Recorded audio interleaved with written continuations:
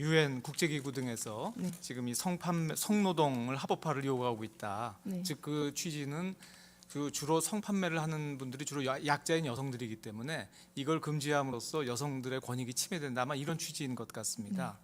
그래서 지금 제청법원의 논리를 가만히 보면 그 논리 중에는 그 약자인 성판매 여성을 어떻게 보면 그보다는 강자인 성구매 남성과 동등하게 처벌하는 것은 이게 좀 과잉 금지 아니냐 이런 취지도 있어 보이는데 이 부분에 대해서는 어떻게 생각하십니까?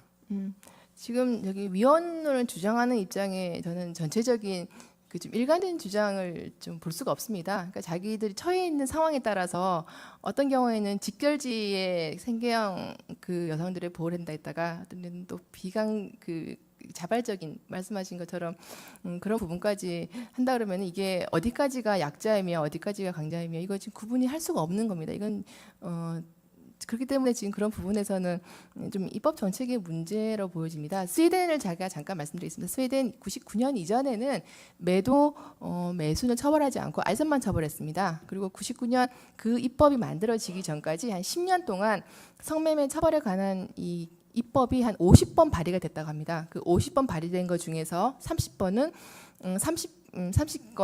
그 성매수, 성매도 모두를 처벌하자, 성매수만 처벌하자. 처벌하겠다는 그게 30건쯤 있었다는 겁니다. 근데 그 부분에서 10년 동안에 굉장히 치열한 법정 그 입법 논란 끝에 성구매자만 처벌하는 것이 스웨덴의 입법 정책입니다. 그러니까 지금 우리나라에서 성구매, 성매도, 성매수를 모두 처벌하는 것은 그 당시 필요성과 지금 현재 그 필요성은 없어지지 않았다고 봅니다. 더 컸다고 봅니다. 저는 오히려 그렇기 때문에 그 당시에 입법 정책에서 이거는 합헌이라고 생각하는 겁니다. 예. 다시 말씀 여쭈면은 네. 지금 이 문제는 여성에 대한 성차별 문제가 아니다 이렇게 보시는 거군요. 예, 지금 이건 성차별 문제로 접근한다면은 지금 제청법원에서는 왜 동일한 법률을 놓고 성매매 여성만 이거를 주장하고 있습니까? 성매매 남성 부분도 당연히 지금 그 호스트바 이런 거 많다고 합니다. 많습니다. 근데 그 경우에서는 이거를 왜 주장하지 않는지 성매매 여성에 대해서 한정해서 지금 하는 걸로 저는 이해했습니다. 그러니까 지금 제청법원의 취지 자체가 오히려 평등권에 반하는 그런 거기 때문에 저는 이거를 여성 남녀 차별 이런 평등권의 문제로 보지는 않습니다. 말씀하시는 게 이제 제한된 구역에서 허용이 필요하다 이런 말씀을 하고 계시지 않습니까? 예, 그 이제 신청인이나 이런 여성들의 생각입니다. 예. 뭐 충분히 그런 주장하시는 게 충분히 이해는 되는데 이 법률적으로 따지고 들어가면요. 지금 아까 이제 변론에서도 말씀하셨습니다만 이 성매매 특히 성판매자를 형사처벌하는 것이 여러 가지 논거를 내셔서 이게 헌법에 어긋난다고 말씀하셨거든요.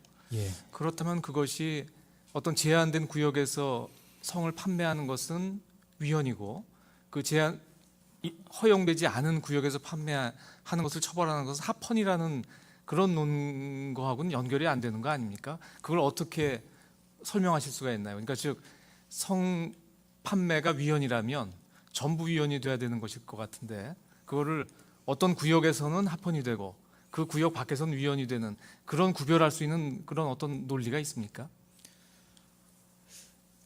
바로 그 부분이 즉각적인 인과관계가 있는 것은 아니지만 그러니까 저희 신청인 측의 주장은 적어도 이제 성판매 종사하는 여성들이 형사 처벌받는 이것은 이제 과잉금지 원칙과 이제 비례 원칙에 위반된다는 것이 저희 입장이고 다만 그 방책으로서 최소 침해 원칙이 현재는 어긋나기 때문에 방책으로서 그런 제한되는 구역에서 하게끔 됐으면 좋겠다라는 바람이고요. 그게 바로 방금 얘기하신 것처럼 무슨 인과관계가 바로 도출된다라는 것은 아닙니다.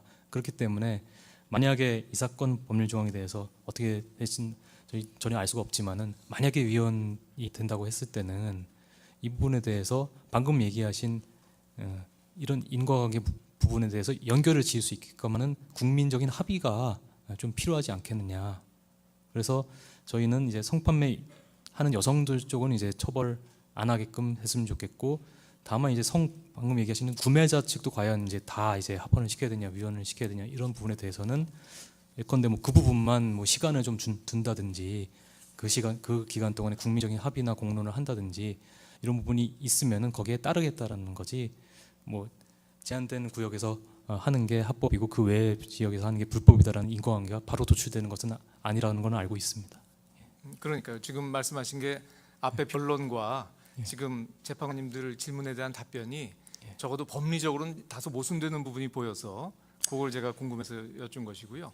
참고로 말씀드리면 지금 말씀하신 그와 같은 그 어떤 정책의 문제는 그 부분은 국회에서 해결할 수 있는 것이지 우리 헌법재판소에서 할 수 있는 것은 이 법 규정이 위헌인지 합헌인지를 따질 수 있지만 이것이 법 말하자면 어떤 입법 정책을 하는 것이 좋겠다고 하는 것은 우리 영역을 좀 넘는 거 아닌가요?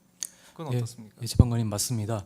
다만 저희가 이제 다른 나라의 여러 가지 입법례들 그리고 공창제를 두고 있는 입법례들도 거시한 이유는 지금 현재는 최소 침해 원칙에 반한다. 다른 대안이 있지 않습니까? 다른 나라들을 보면은 특히 좀 선진제국으로 갈수록 많은 고민 끝에 뭐 매수자만 처벌한다든지 또는 뭐 그 허용을 하되 뭐 손님을 이제 끌어들이는 그런 호객 행위를 금지한다든지 이런 것들이 있는데 지금 이 사건 법률 조항은 이제 최소 침해 원칙에 어긋난다. 다른 입법례들이나 방법들이 있음에도 불구하고 예컨대 그 중에 하나도 공창제인 거죠.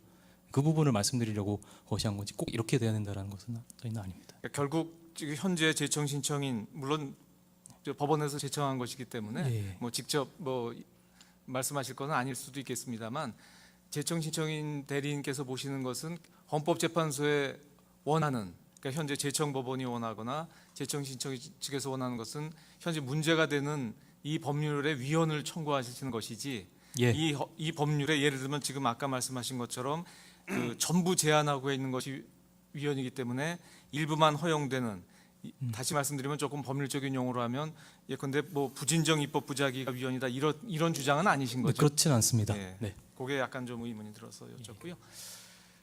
이해관계인 측에서 한두 가지만 여쭙겠습니다. 하나는 지금 이 사건 심판 대상 조항의 입법 목적이 이제 뭐 여러 가지가 있겠습니다만 제일 중요한 것이 선량한 성풍속, 그 성질서 유지 뭐 이런 말씀을 하셨는데요. 그렇다고 하신다면 이렇게 성매매만 금지할 것이 아니라 지금 우리 사회에서 여러 가지 성상품화가 여러 문제가 되고 있지 않습니까? 그걸 다 금지해야 되는 거 아닌가요? 이렇게 여러 가지 지금 성이 상품화되고 있는데 굳이 요 성매매만 지금 금지하는 것은 그건 어떻게 설명이 가능합니까? 그까지는 전 생각을 못했습니다만 이 성매매 금지에서 성매매에는 사실 유사성교 행위도 일부 포함되어 있어서 약간의 범위는 우리가 말하는 그 성교보다는 좀 범위가 더 넓은데 그 넘어서까지는 저는 생각해 보지 않았습니다만은 뭐 이런 것도 법적 제재가 그렇게 지금 재판관님 말씀하시면 자꾸 넓어지는 것이 좋다고 생각하지는 않습니다. 현재는 이 정도로 규제하고 있습니다. 아까 질문 나온 것 중에 하나 보호처분 얘기가 좀 나왔습니다. 뭐 통계 자료가 좀 있었는데 아까 자료에 보면 보호처분이 상당히 어느 정도는 이루어지고 있는 것으로 나오지 않습니까? 그 보호처분이 그 결과가 실질적으로 어떤 성과가 있다는 무슨 그런 자료가 좀 있습니까? 저 소송 대리인으로서 그까지는 제가 확인을 못했습니다. 예. 예.